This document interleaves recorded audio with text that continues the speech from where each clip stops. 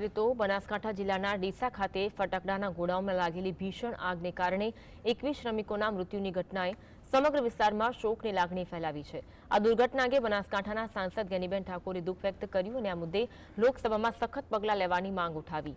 ગેનીબેન ઠાકોરે દિલ્હીમાં લોકસભાના અધ્યક્ષને રજૂઆત કરી આ ઘટનાની ઊંડી તપાસ માટે કમિટીની રચના કરવામાં આવે તેવી માંગ કરી। જે લોકો આ દુર્ઘટના માટે જવાબદાર છે તેમની સામે કડક કાર્યવાહી થાય તે સાથે તેમણે ગુજરાતમાં ભૂતકાળમાં બનેલી સમાન દુર્ઘટનાઓનો ઉલ્લેખ કરી સરકાર પર નિશાન સાધ્યું।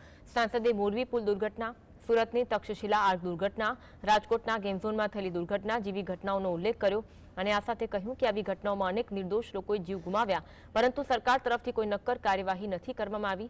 તેમણે લોકસભામાં અધ્યક્ષને આ અંગે ગંભીરતાથી વિચારણા કરવા અંગેની રજૂઆત કરી અને ભવિષ્યમાં આવી ઘટનાઓ ન બને તે માટે પગલાં લેવાની પણ અપીલ કરી હતી।